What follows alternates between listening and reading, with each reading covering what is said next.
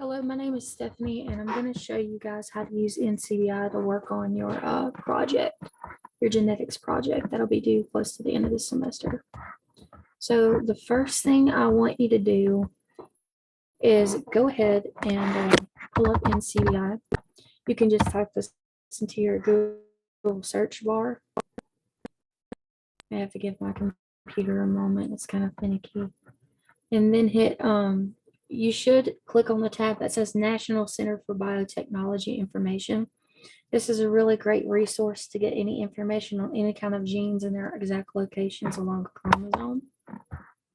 So a lot of the information that you're going to need for your project, you can actually find on this website, and won't need, let me make sure this is recording. Yeah, won't need a whole excess of information. So I'm going to go ahead and hit share screen to show that to you guys.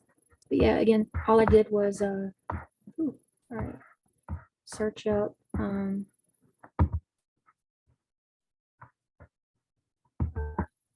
I did was search up NCBI via Google and the National Center for Biotechnology, and then clicked on it, and I pulled this up.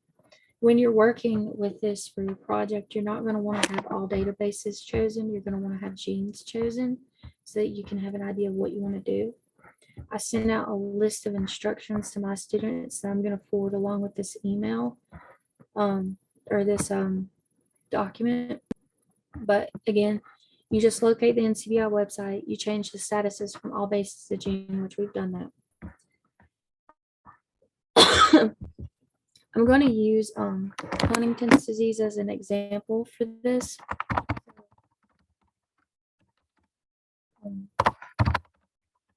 So you're just going to want to type in a disease, and any research that has this as a term or linked to these disorders will ping off for it. That doesn't necessarily mean once you hit search or enter that everything that's going to show up is going to be appropriate. So I'm going to show you guys an inappropriate choice for a gene and show you an appropriate choice for picking a gene. Let's look first at this first one, ZNF 395. Once you click on this, it talks about DNA binding transcription and all RNA polymerase II activity. So if you guys know anything about transcription and RNA polymerase II, you could use that to understand maybe if it's linked to a different disorder. But in order to understand whether or not it's linked to Huntington's, we want to click on phenotypes in the side of the table of contents. Once you've done that, you can see that it's hitting off on quite a few different things, but none of these things are really linked to Huntington's disease, not per se. So we're going to want to find something that has a distinct phenotype with a description of Huntington's disease. So let's go back to the search results. Here we can see HTT, and it says Huntington, which is important because that is more than likely something that will ping off or you could use for this project. So let's click on it. Just to verify that it's appropriate, we'll go back to phenotypes. And something to keep in mind with this web page is it is glitchy. And part of the reason it's going to be glitchy is because the more people that use the website, the glitchier it is, because it only has such a distinct number of people that can use it at one time. But here you can see a lot of the same things pinged off, but it has associated conditions. Huntington disease, right? And OMIM gives a great description of that. If you want to look at OMIM, that would be another great way to get some information on Huntington's disease. But for right now, let's just focus on NCBI. And if you click on this description, one of the things that your project asks you to do is give the age of onset. It'll have that there, and the median survival time or expected lifespan. And it'll give you a basic description of the disease and what it does within the body and the mode of inheritance. Here we can see it's autosomal dominant, which means that if we had a heterozygous parent who had Huntington's disease, who had a wife or husband or someone or partner who was homozygous recessive for it, then the offspring would have a 50% chance of having Huntington's disease. Huntington's disease is noted by tandem repeats for differentiation in gene alleles kind of similar to the PER3 gene that we looked at in class. The longer that those tandem repeats are, the worse the age, the earlier the age of onset and the more severe Huntington's disease is. And there are a lot of different ways it can differentiate.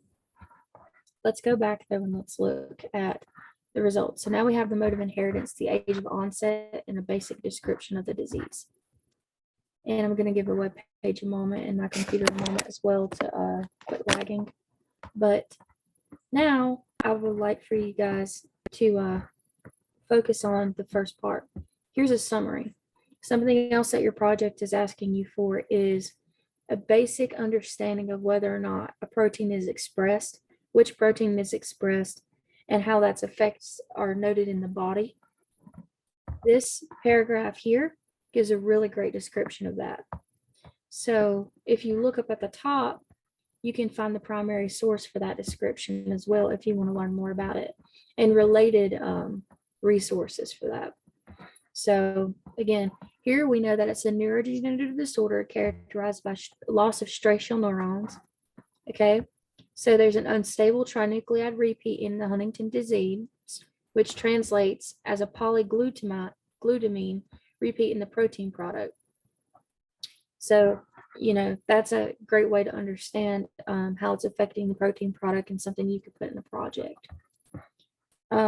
Something else I want you guys to pay good attention to is, or that you were asked to do for your project, is find the location of that gene and on the chromosome. If you click genomic context here, I may have accidentally clicked summary. In the table of contents, it's going to give you some information that can seem kind of confusing, but I want you guys to pay attention to a few things here. This is the chromosome that this gene is located on. So you can see it's located on chromosome 4, and there's one location for it. This is the exact location. You don't really need this, but if you look here, you can find the noted location or the denotated location. Whenever you're writing out the location of a allele on a chromosome, it's always denotated as the chromosome number P and then the location afterwards. So you can kind of see that denotated there. It'll also give you the exon count. The exon count is the portion of the gene that is kept in after transcription and translation has occurred. That actually code for the protein coding portions of the gene.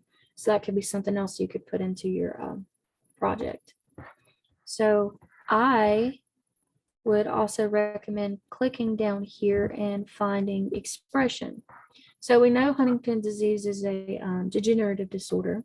So they give you the information as far as where it's expressed in the body and the mean number of, or the mean value for expression amounts in the body. So here we can see that it's expressed in multiple portions of the body, and with the highest portions being the brain, the skin, and the testes.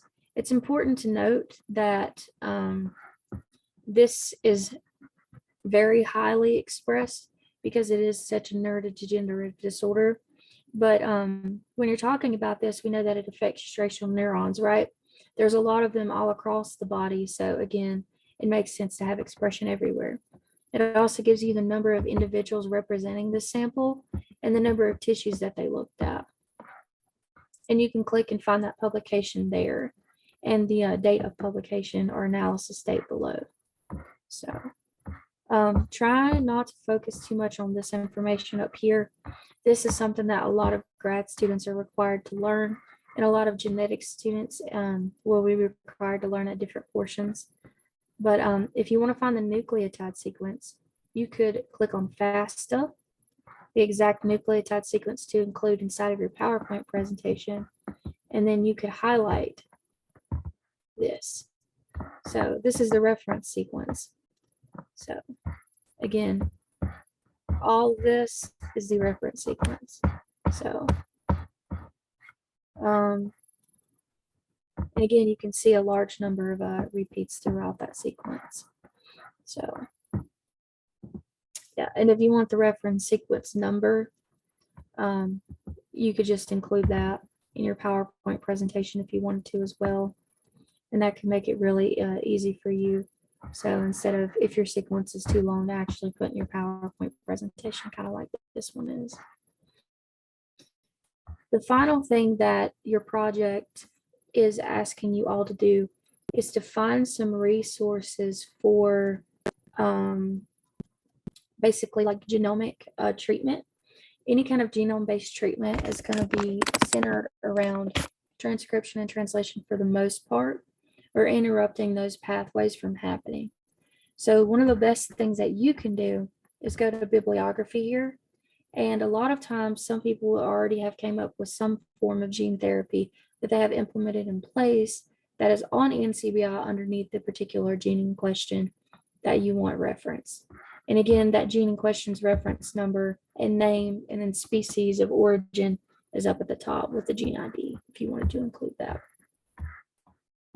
So let's click bibliography and see if we can find anything. Okay, I've already had a chance to look through all of these, but the one that I have found to probably more than likely be the most useful in trying to find a reference is reference number 5. So physiochemical properties altered by the tail group of lipid membranes influence Huntington aggregation and lipid binding. So let's click here. And when you click here, there's a little bit of information that's being given. It says these interactions, which it gave a description of which, are facilitated by the 17 N-terminal residues that form an amphipathic alpha helix. Okay, so you can use these as tools to kind of figure out what you want to do as far as gene therapy goes. You can read the abstract, and if you find one that's interesting, you have your DOI here. You can send that to yourself, so you can always find the resource in PubMed. And if you click here and the resources is being published in PubMed, you can hit cite, and it'll give you the citations in NLM format, and you can just copy that and include that in your PowerPoint presentation so that you're not, plagiarizing anyone else's work. And just, give yourself a brief read through of this abstract. And if you find it interesting and you can't access it on this web page, maybe try there's a few different websites you can try for that. So a lot of them will publish the unpublished version of the work before it got peer reviewed. And you can find a lot of what you're looking for as far as the research goes there. And you'll get an understanding of what you're trying to find. Sometimes you hit paywalls with these websites like PubMed, but you should be okay for the most part. And if you have to, just double click that title and see if you can find it somewhere else. And if you can't, just maybe reference that it came from the abstract, and that's a potential path of research that could happen.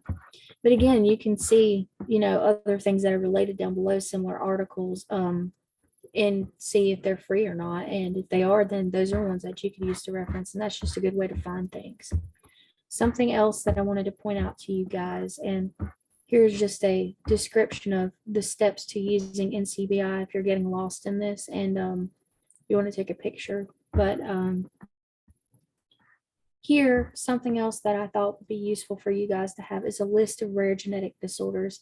It's important to note that a lot of disorders that have genetic linkages, such as addiction, schizophrenia, or bipolar, may be influenced by genes as well as the environment. I personally felt okay with my students using those as references. You'll have to talk to or seeing if there's any genes linked to stuff like that. You would have to talk to your individual instructor to figure out what they're comfortable with in terms of using something like that. On this list, it's going to have a lot of rare genetic disorders, but it's not going to have all of them, especially ones like phenylketonuria, where 50 years ago it was a death sentence to get diagnosed with something like that, until they came up with a PKU diet. And so people who were being born who were treated early at birth, they kind of were able to limit the amount of neurodegenerative effects. But here's a list of rare genetic disorders, just a basic one. This is healthyheart.com/rare-genetic-diseases-disorders. And if you scroll down, it's just going to give you a list, alphabetized list, and you can find all different kinds of things. to learn about, and it'll also give you a basic description and the statistical amount that they have found to be affected worldwide, basic symptoms, basic treatments. With the treatments, be kind of wary of that because it may say there's no specific treatment that they have available, but you are looking for a genome therapy. So it would be best to look into the actual literature to see if you can find something. Um, yeah. One last thing I just wanted to point out to you guys is if you're having difficulty trying to find a publication or trying to set yourself on a path where you know which disease you want to look at or understand, you can always open up YouTube and find a lot of inspirational stories and things, that will give you some information on that. I sent an email out to my students and I included a little bit about phenylketonuria. His name's not Sam Hamilton, but his last name is Hamilton and he has progeria, a young girl with Turner syndrome getting treated at the hospital, and John Paul Jr., which was a famous race car driver who got diagnosed with Huntington's at the peak of their career. Just to give you like an understanding of like the basics of what this disease can actually do to people in real time. It is important to have an understanding of that because it has wide impacts in a lot of different fields of research that relate to biology. So